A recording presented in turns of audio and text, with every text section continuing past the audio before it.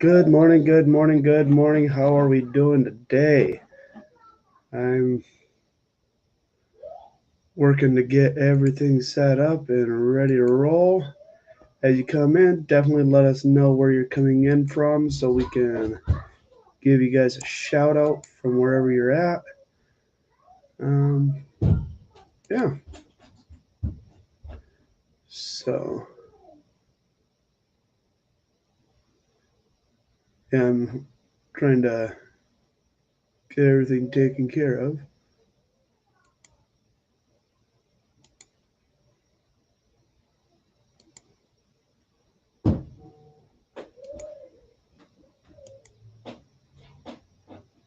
Yeah, it's not working right.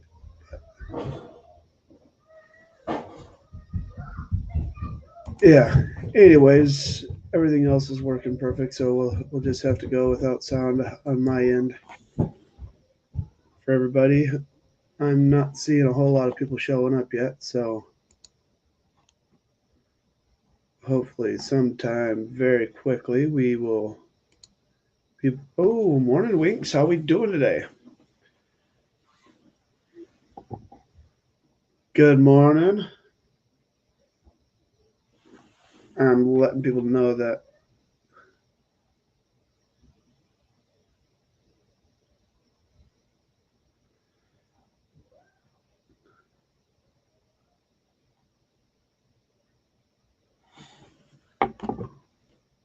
tracking planes this morning. Well, you're back at it. Decided to take a day off yesterday, huh? Greetings from Washington. Welcome, Washington. How's things going out there? Pennsylvania's coming in. Holy smokes! Now we're really populated. North Carolina. Looks like we have California here.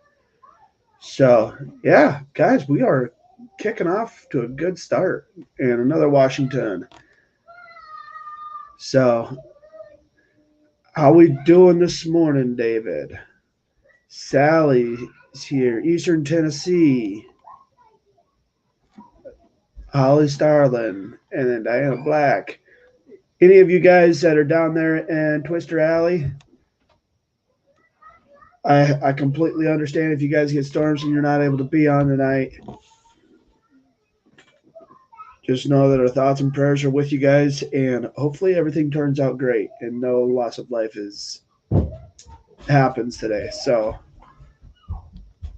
yeah, I saw that, Winks. So, found another picture of Biden from that video with something weird on his leg. How about part of his leg's missing? Part of his pant leg's missing. No Twitch connection this morning. Anybody else having that problem?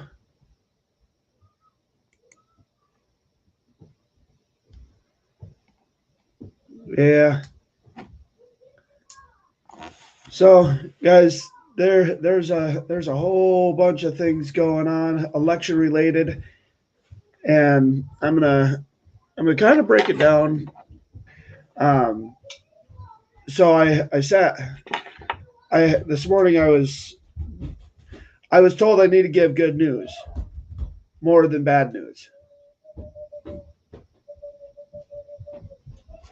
So I am going to do everything I can to try to deliver some really good news today, and we'll see how people take it.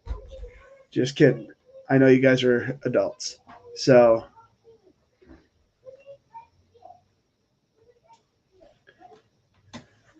yeah. So, anyways, we have a new TFR that just popped up over Goodfellow Air Force Base down in Texas, and what's weird about it is there wasn't one yesterday. So it says for security, most of the air bases usually have a TFR over it, but this one for some reason just popped up.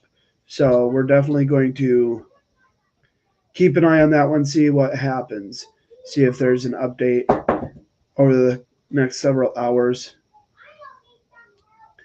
So yeah, if we can do everything we can to make alleviate some concerns for you guys. We're going to do that. We're just going to have generally a good time. So, of course, I'm one of those people who likes to dig into the documents and likes to read. And I like to read court opinions. And I know there's some lawyers that listen to this, so tell me if I'm reading this wrong. So I found this morning I was sitting back and just listening to somebody, and they said there's an update from Wisconsin. I was like, well, that's weird. Donald Trump supposedly lost the state by 20,000 people. So I perked up and I listened. And they said that there was an issue, that they issued a majority opinion saying that the governor of Wisconsin and his colleagues actually broke the law. They went against the administration something or other act, and that it affected the vote. And I was like, okay, so they admit that it affected the vote. Will they do anything about it? And so buried in this opinion, it goes on to state that that over 200,000 ballots could have been affected by this one administrative change, where they changed it to everybody got an absentee. Over 200,000 ballots were affected. And they had to have all ballots. Ballots could only be counted that were received before or on election day. Again, all that does is affects those 200,000 ballots. So I was just trying to figure out. So I called Jason up and I'm like, hey man, this is what I'm seeing. He said, well, the next thing that we see is going to be a lawsuit saying you guys were able to verify and prove that it was wrong. So will you retroactively apply that and have the 200,000 ballots thrown out? Because people don't realize this, but Wisconsin has still been under an injunction in regards to separating out those ballots that came in after the fact. So yeah, there's a whole bunch of stuff going on in Wisconsin. And then I'm hearing the same things coming out of Virginia. Well, Virginia, it wasn't even a close contest, Shane. Well, apparently the legislature has sued the governor, and they are saying that it affected almost 35,000 votes there by doing into these consent decrees. But Wisconsin, what they did was they sued the governor. It went to the Supreme Court. The Supreme Court said, yeah, it was wrong. So we are going to enter into a consent decree and permanently ban all absentee voting for anybody who is not of a certain age. So, and it's something ungodly, like 75, between 75 and 85 years of age. And they have to be, or military personnel who are deployed overseas. And then so they tightened up that, and they said this is moving forward. So right now, it's all this stuff is people said the Republicans will never win another election again, but all this stuff that I'm seeing and hearing and actually reading in the court documents and all that, all these states are clamping down. You have over 38 states now that are doing election reform bills. And if anybody's paying attention to the state legislatures, Republicans definitely have control of at least 34. and those 34, it's in both houses. So they will be able to get that pushed through. So I believe that things are strongly moving forward. California may, and I say may, be flipping red. And looking at an article that I was reading from um, California, I think it was LA Times. They were talking about how Gavin Newsom's worried about this recall effort, and he said they probably have enough signatures to actually recall him. And what does the recall do? It's going to put him on the ballot for another person to run against him. And if that person runs against him and wins, it'll probably be a Republican challenger. And the legislature, there are recall efforts that are happening in certain Democrat counties that are extremely locked down. There are legislatures or people that are representatives that are actually working on being recalled as well. So there's a whole bunch of stuff going on, guys, and it all bodes well for many of the other people. Other states are following suit. You see Arizona, Nevada's going through something big. California's going through a pretty big thing. You guys are going to be over in New York are going to be facing an impeachment trial for Andrew Cuomo, and I think it couldn't come at a better time, because chances are, even with, if you look at the total number of people, a glass of water with a D behind it could run for office in New York and get elected. I mean, look at AOC. But what I was talking to some pollsters that I know, that they're guys who actually do it for a living, and they're not tied to, they're independent guys. And I'm actually thinking about joining them and actually making the phone calls as well and polling. But they did an independent poll, and they called over 100,000 people in the New York City area, and what they found was that 58% of them would never vote Democrat again. And that's just in the NYC area. That's a pretty big number, and considering that is one of the states that has one of the biggest numbers of electoral votes. So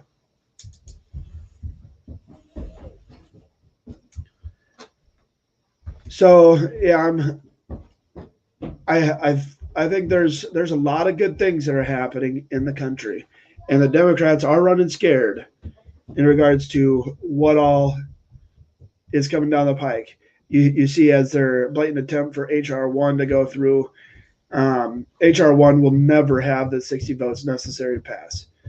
Considering it basically what it amounts to is overhauling the Constitution and the election, the way the Constitution says that we run our elections. Yeah, it would. I don't believe it's constitutional, and I think it's one thing that will actually get torn apart.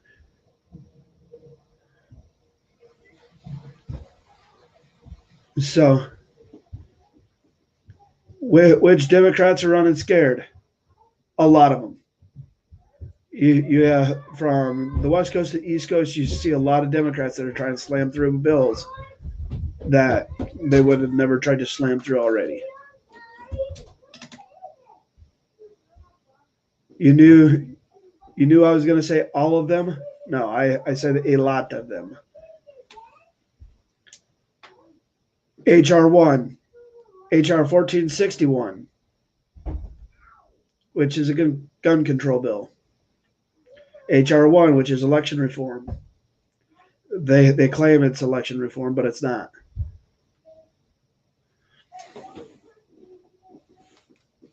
If you want to go read them, go to Congress's website and you can read to your heart's content. So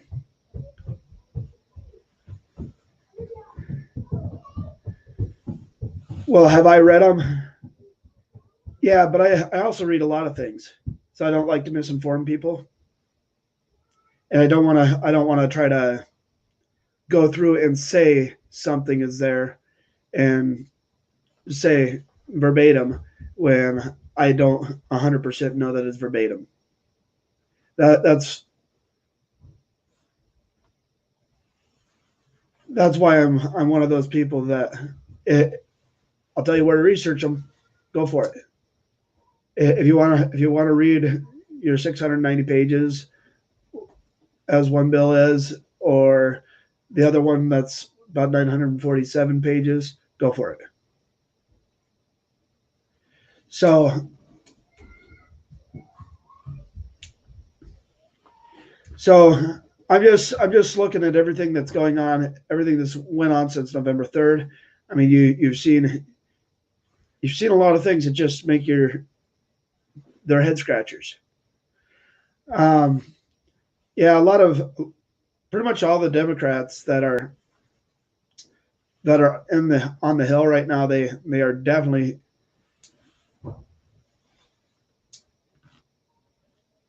they are definitely trying to pass stuff that I mean, like I said, the Democrats have always went and played the long game, but I think the long game is coming to an end because when you start seeing the flurry of bills that they've been trying to pass,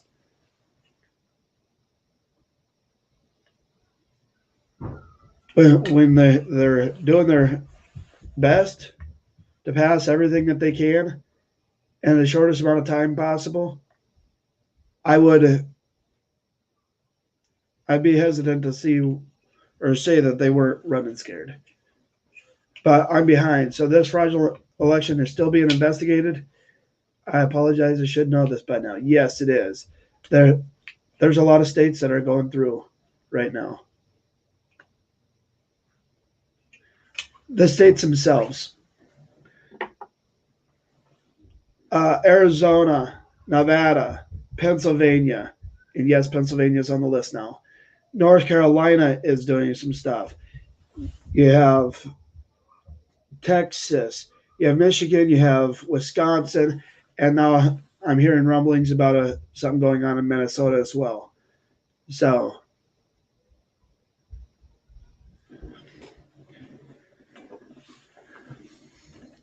but yeah, we will be covering it in depth more as we get more documents and more things. Yes, there are actual court cases in these states right now.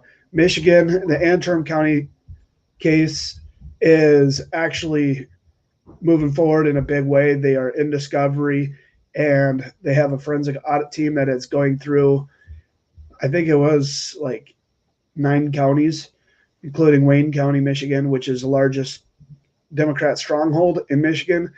And what they found in Antrim County is there was a 68% error rate in the ballots being counted. So if they could replicate that state over state over state over state and county over county, then they could prove widespread fraud. If they could prove widespread fraud, then the other states will fall right along with them, and then you're going to start seeing these cases start stacking up with the evidence and everything there. So if they could prove it in Michigan that it was 62 to 68% error rate in the machines, you're going to see that in Arizona. You're going to see that in Texas.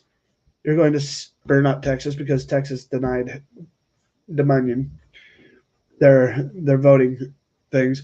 But you're going to see that across the board in the 28 states that actually use the Dominion systems. If you can see it in Arizona, you can see it in Michigan. You'll see it in every other state. And by doing that, it'll eliminate the chance that Dominion and Smartmatic are able to actually go into elections again. So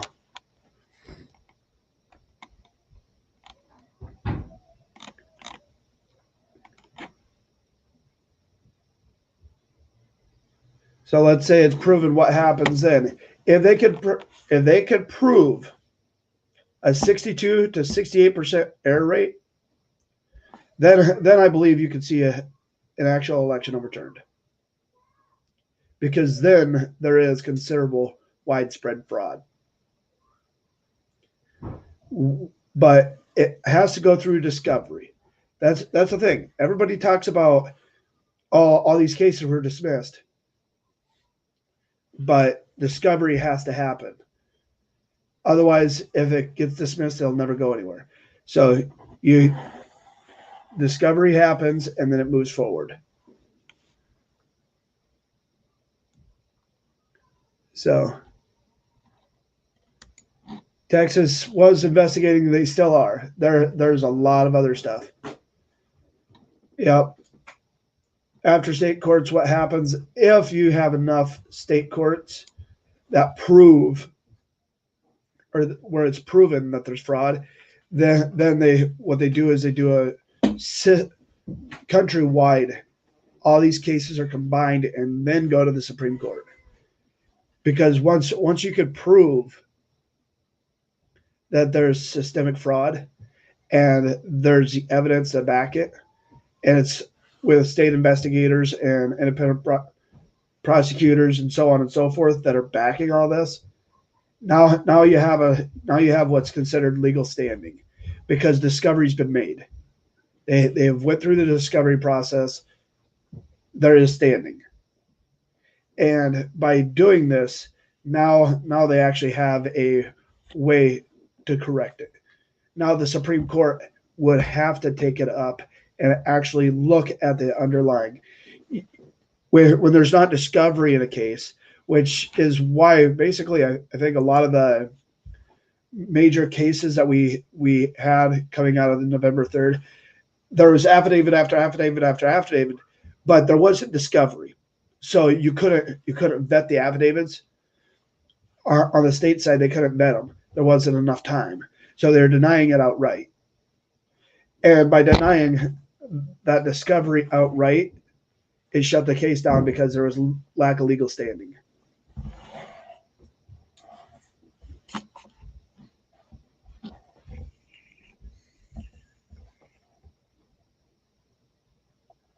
Okay. Georgia court ruled that they could unseal and audit ballots in Atlanta. Yes, they did. So there is a bunch of stuff going on in Georgia as well. You're talking, and it's not just Atlanta. So that actual court case actually basically opened it up for them to audit and unseal the ballots and actually do signature verification and all that stuff in 26 counties in Georgia. So those attorneys should have known this. Yes, they should have. But again, in the broad scheme of things, at the end of an election, it's way too. They know that it's tight, so they're just throwing things. They're putting things together. They're not going through and doing all the due diligence, and it happens every election, guys. So.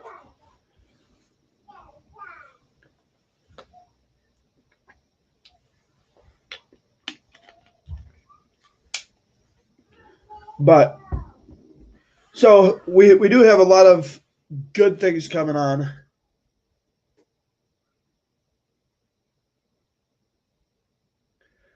Okay. You know what? We're gonna. Okay, guys, I'm gonna do something. Let's see if I can pull up that document, because I think we need to.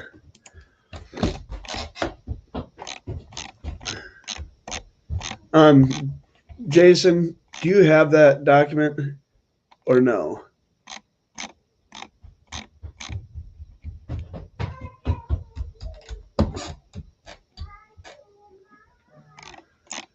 Okay. I'm gonna go to.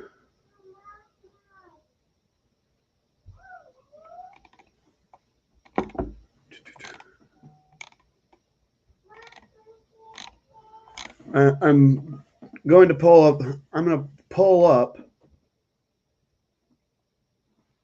the actual document that I'm referencing, because it is an actual court document. So bear with me a second. I should have known getting into this that I was going to get questions. So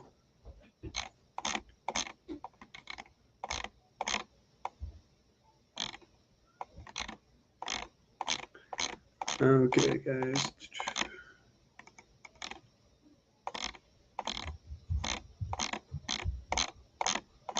Bear with me.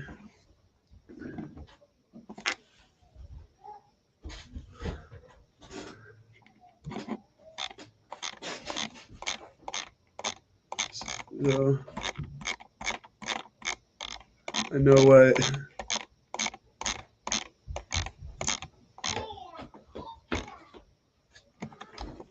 But yeah, I'm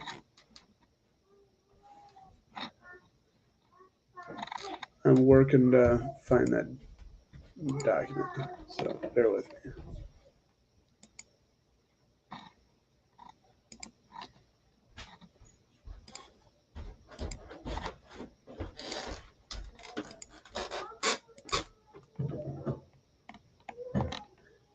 Okay, so for people who are questioning me, and I know there are a few. So here's something for you. So the Circuit Court Civil Records, 13th Circuit Court in Michigan, which is one that actually goes over Antrim County. So they supposedly it was dismissed. It wasn't. The judge did not dismiss the case. It was reopened a day later, and it's kind of crazy. You go all the way down here to the bottom, and boy, all this stuff is showing up. If this suit right here, the one that I'm talking about, Riker, this is an election lawsuit. This is one where they are actually going out of their way and trying to rectify a lawsuit. So the specific case number is 2020-9238CZ. If you look right here, supposedly it was closed on, and if there's a dismissal date, it's usually because a judge has ordered it. A judge actually did not order that to be closed, so it was reopened. One of the defendants was actually working at the county clerk's, so she closed it out without letting anybody know, and so the judge ordered it reopened. So yes, it is not dismissed as it says, but it has been reopened. So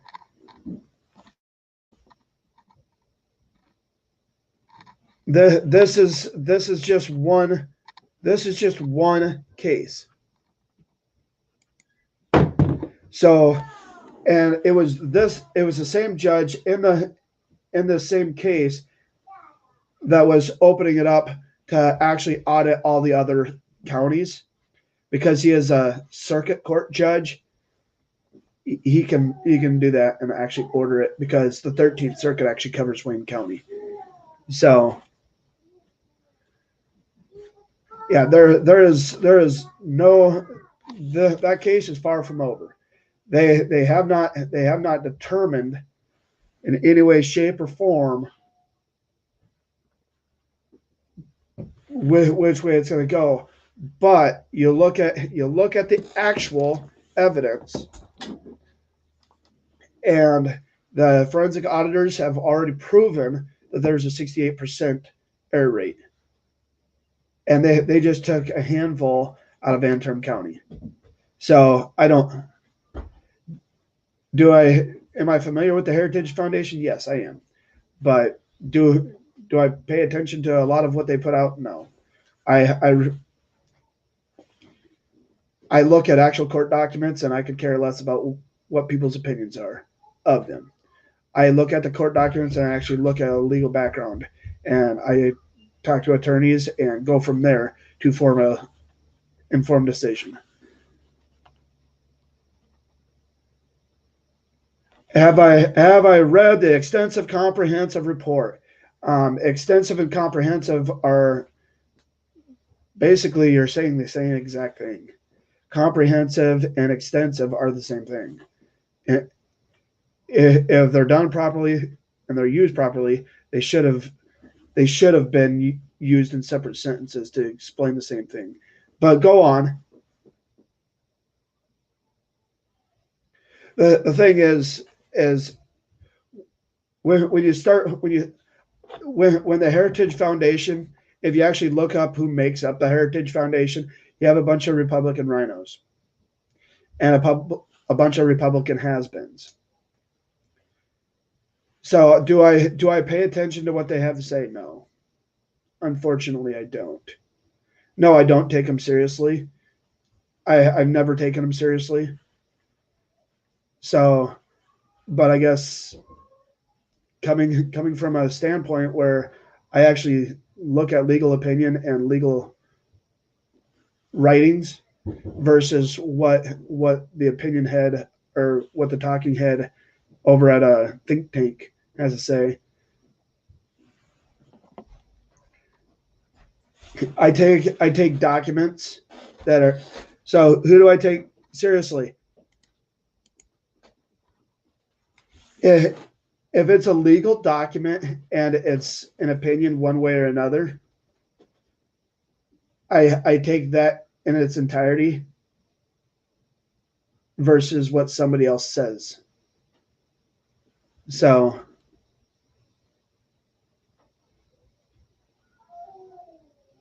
I think you're going off base here now.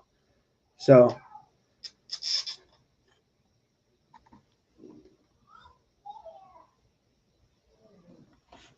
but yeah, people ask who I take seriously. Well, I actually don't take a whole lot of people seriously. I take what is written down as a legal opinion, and that's that. So if you're here just to fire people up, well, you're doing a good job of it. If you're actually here to listen and understand why people think the way they do, then welcome.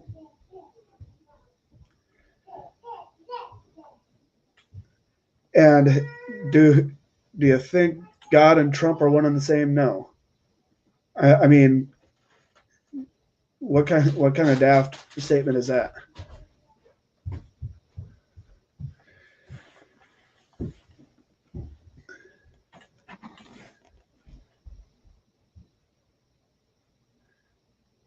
You're interested in the pathology of why people think the way they do. Definitely. Well, when you base off a legal opinion and you base off of actual documents that are proven, that have already been issued, that are opinions from people who have actually interpreted the law, then yes, I trust those documents. I don't trust any individual person because people themselves can be corrupted, whether it's by money, by power, by anything. People can be corrupted. But when you have a legal opinion that's written, it is actually written by more than one person. So the chances of those biases coming out and being framed by an individual person, that's why I trust the documents more than a person.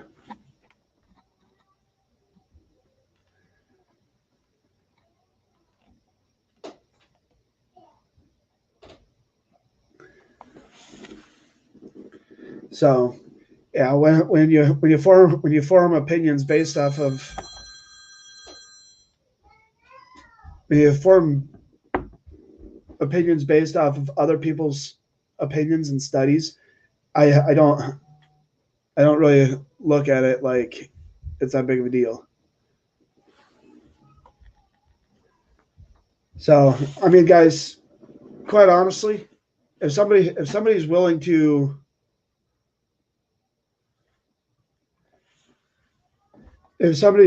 come and actually have a debate, I'll have debates with people. But if they're just going to keep circling back like their friend Jen Psaki does, then that's on them.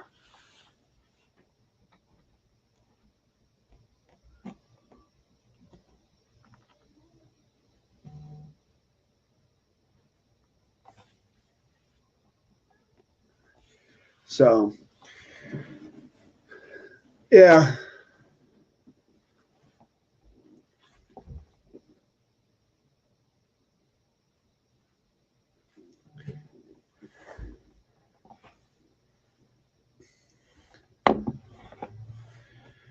But as far as trying to run people off, I'm not.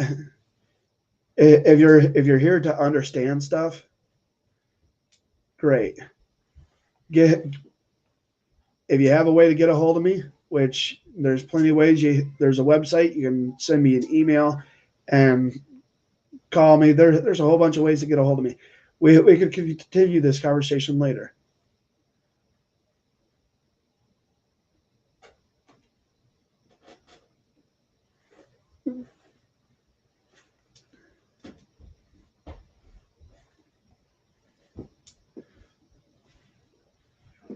Is it bad to have dissenting opinion? No. Is it different when when somebody's going through something that you just come in and start lobbing shells? You tend to upset people. And do I pay attention to too much of that? No. But when you start affecting people and you're causing issues, then yeah.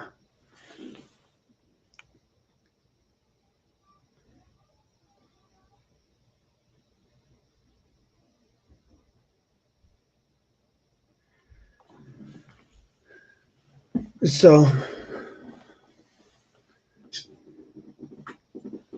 but yeah, so there's a lot of states that are actually moving forward with different election reform bills. We're going to definitely see that over the next couple months, and I think it's a good thing. Do I think it's worth watching? Absolutely, because we are in the fight of our lives. Um, do there's a lot of people, Heritage Foundation. There's a lot of people who said, "Oh, there's no inherent fraud." Well, as you look each month that goes by, more and more and more and more is coming out. And if more and more is coming out, then something must have been going on. What else do I have in my goodie bag?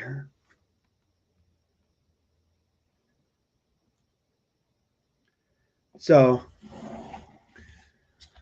oh man, that was a one thing that I really had going on. We have new space operations, one for Sunday for TFRs.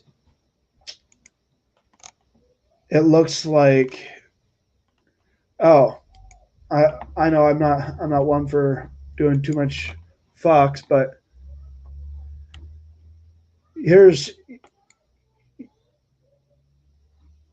the Trump gold coin.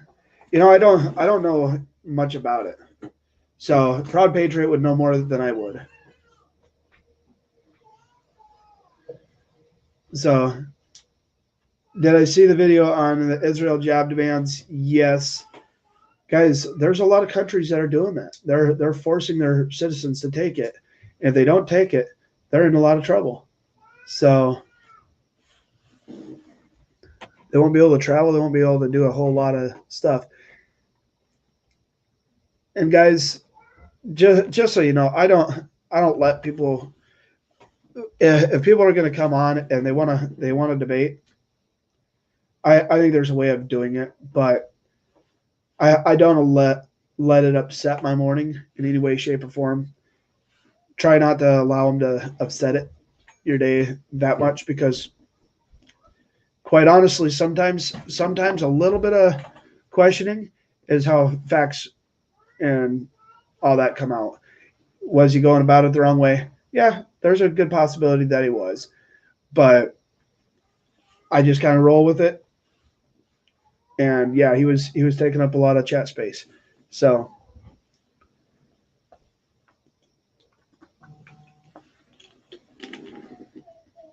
but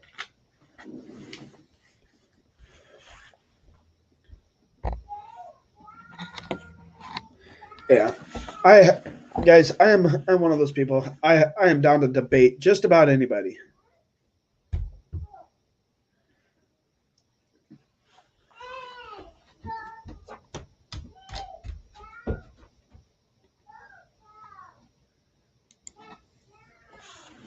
I saw something where the EU is not requiring anybody to be vaccinated.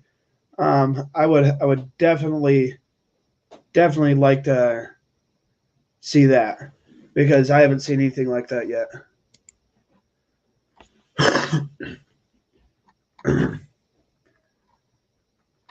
But so I mean, there's I mean, when you're talking about, let's go into the Biden administration, and we've had a fair amount of peace coming out of the out of the Middle East and out of North Korea. We haven't really had a whole lot of missile launches since we sat down with them. We sat down with them and actually had bilateral meetings. Now, what's going on? They're picking up in hostilities, and now the Biden Defense Department is saying, "You better be very careful. We are ready to fight at the drop of a hat." If people wanted to have a bunch of hawks in the White House, and if people would have known that there was going to be a bunch of hawks in the White House, I don't think that Joe Biden would have ever gotten elected. If people would have known that Joe Biden was going to try to kill the Keystone XL pipeline, which, hold on a second, by the way, 21 states are suing the Biden administration to reinstate it, saying that it was unconstitutional that he actually killed it, since it's already in the United States and already been getting built, and it's being built by a private company who is actually paying massive amounts of money for the easements. And when they kill that, they do not get their easement payments back. So the government keeps that money. So not only did they kill the job, they killed 40,000 or 40 to 50,000, depending on what estimates you use. They killed that, and they kept the money for the rest of the easements. So, is there a lot of stuff that's wrong with this country? Yeah. And guess what? Joe Biden's caused a lot of the problems.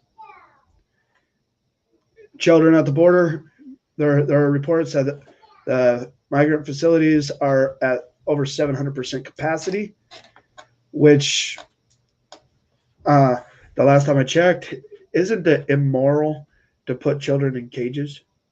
Isn't that what they told the Trump administration? And they sued to have all that stuff turned over. Now they're being put into migrant facilities with massive amounts of people, and these children are only getting showers once a week, and some of them are starving. Some of them are not being taken care of. When, anytime you say that, or anytime somebody says that the Democrats, or when the Democrats say that the Republicans are doing one thing, you can almost bet that they're doing the exact thing that they're accusing everybody else of. So,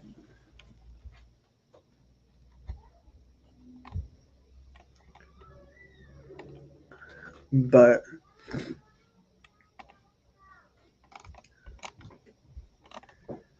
okay.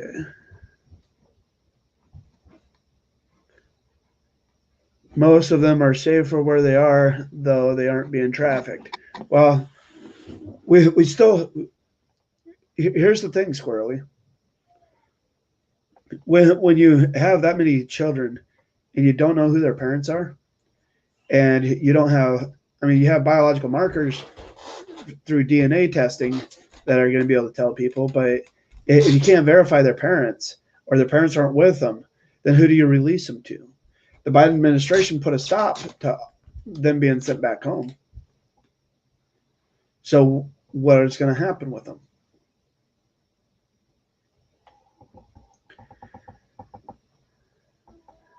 So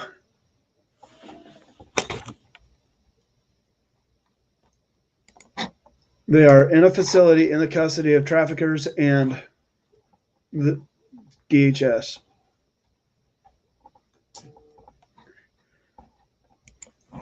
But I mean, if you're,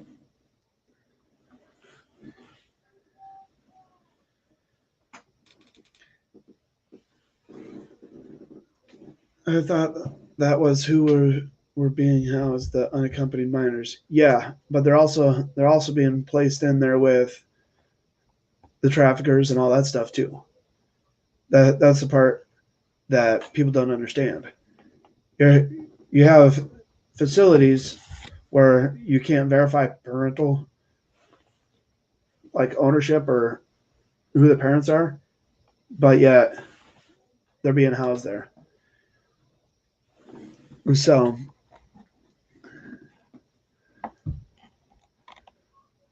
but as far as like the Keystone XL, I mean, the pipeline itself created a few thousand jobs and all, but it's the local economies that were more impacted than the actual pipeline workers themselves. If you look at the communities in which the pipeline was running through, development and building up the infrastructure and all that created actual jobs in those communities, and it affected a lot more than just what other people are saying. So, so the kids are not separated from adults. No, there are reports that some are, but there are reports that some are not. So it depends on which reports you're going to believe and which ones you're not. So,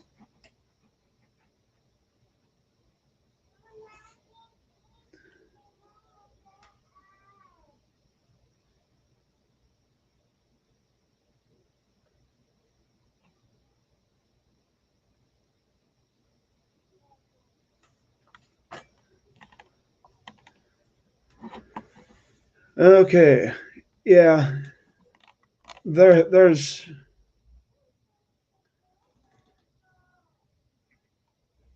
a lot of things that they're putting like 3,000 kids in the convention center.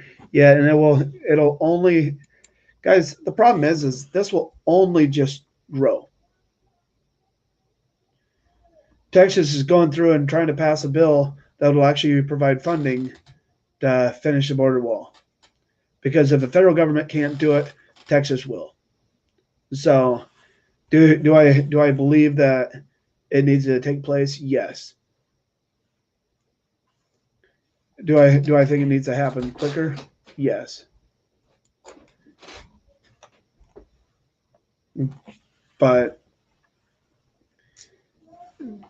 when people are when we're talking about this kind of stuff, we definitely want to make sure that if people do have if people do have the ability to contribute something, whether or whatever, and you're able to go down there and help out, I do I say not to? No.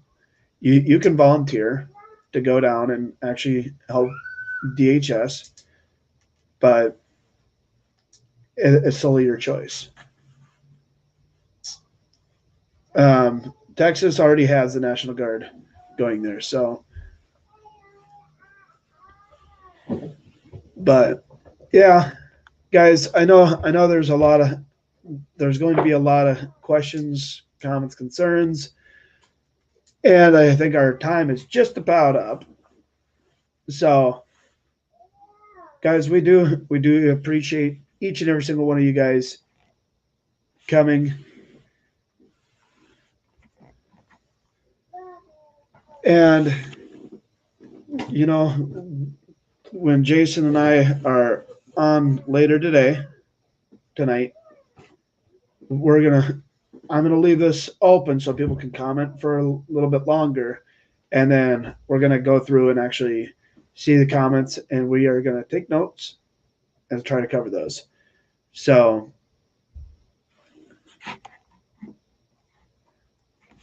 but there's a lot of work for people to do, and we have a long road ahead of us.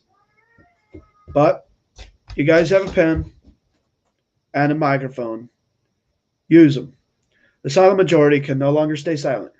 God bless you guys. God bless the United States of America. And we'll see you at 7 p.m.